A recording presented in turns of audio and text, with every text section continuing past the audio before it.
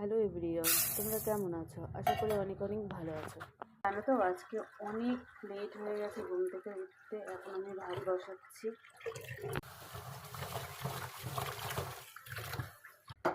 এখন আমি ভাতটা বসিয়ে দেবো।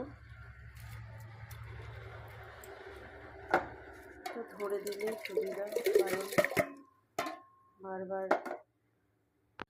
আজকে বেশি কিছু রান্না হবে না।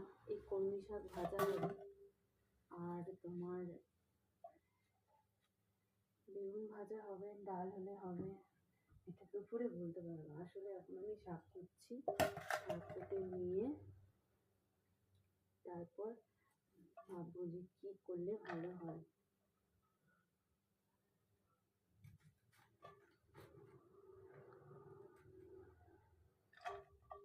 নিচে একটা কিছু পেতে নিলে খুব ভালো হতো।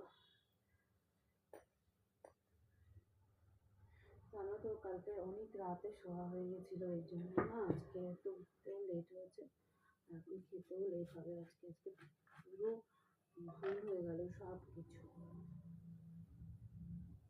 এখন এই কাজগুলো করে নিই, আমার পরে আসছি। এই যে কলমি শাক হবে,